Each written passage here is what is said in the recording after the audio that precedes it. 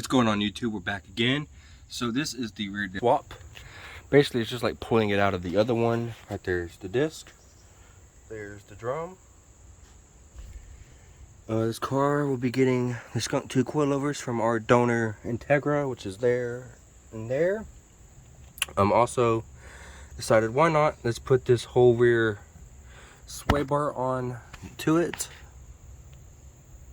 So we got that mounted, so that'll be going on it, which also means you're going to need this because the factory Civic trailing arm doesn't have the provision, as you can see there. Well, this one has it. Also, these bushings look much better than the factory Civic line, so I'm just going to use these. Eventually we probably will upgrade to some sort of decent aftermarket, but for now this will work.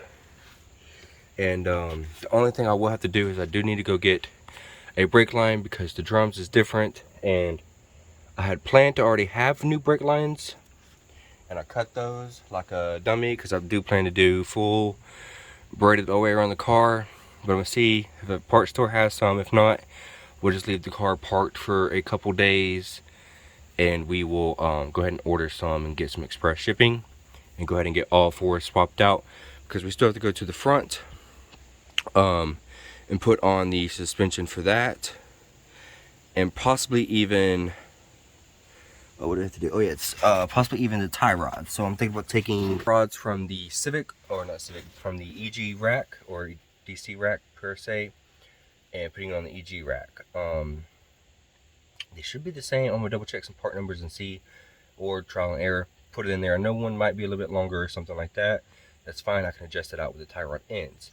But inner and outer tie rods, well, they have to come out. So, with that being said, let's get to it.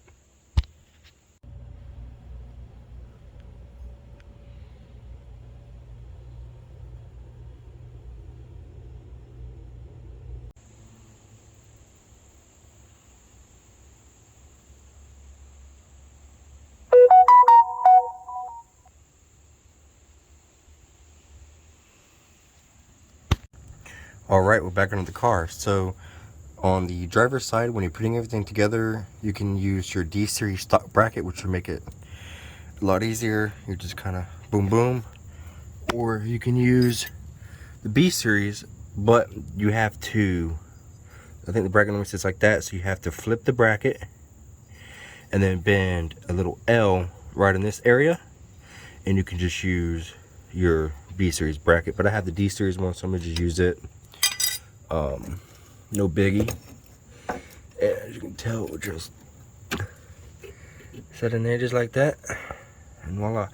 Then you have that one, that one.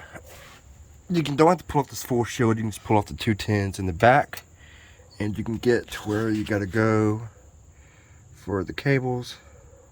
I still have one piece to push in, then you fish that one through the same way. Pretty easy. And then once I get everything up, I'm gonna pull up on this arm a little bit and I'll anchor down all of my points, preload, suspension preload pretty much. I do need to go get some brake lines still, or maybe see if I can get some quickly made at the local Napa.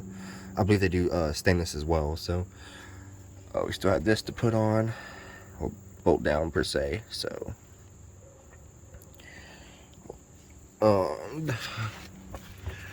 that's the bolts for that. This is the bolts for camber arm, bolts for your trailing arm. This is the white line bushings, pretty easy to put on.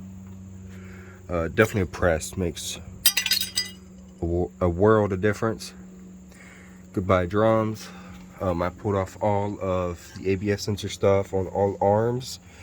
I even installed, I figured since I had it, oh my bad guys. Alrighty, I figured since I had it I would install it. It'll probably make a nice difference, but I have the rear sway bar put in from the Integra.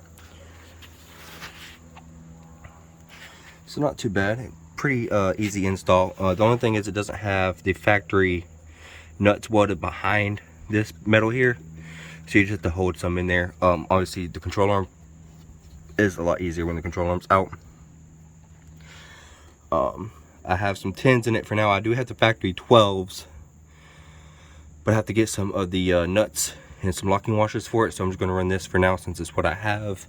And like I said, I'll be redoing bushings and a lot of other things down the road. Okay, as it comes to this side, I really want to go ahead and get a side skirt on.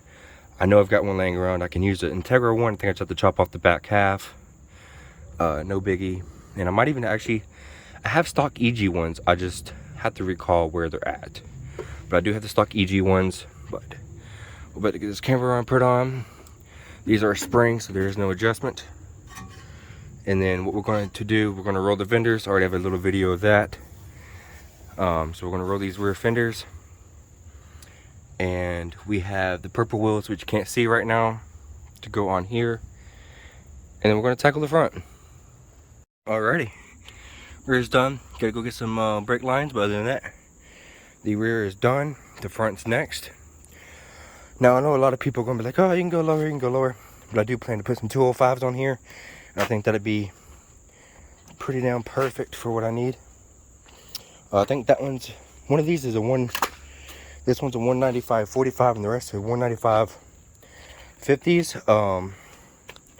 So they will end up being, I guess, all swapped, obviously. But we're gonna put the suspension on the front. We will get the rims on the front, and it looked like a different car.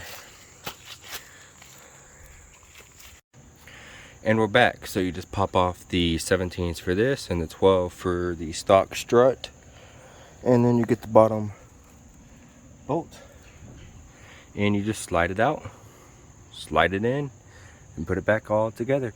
The rear's done. It's bled. We got bled all the way to the front as well, so the whole system, everything has nice fresh fluid going through it. And let's get this rear load, or this front lowered, and get this video wrapped up.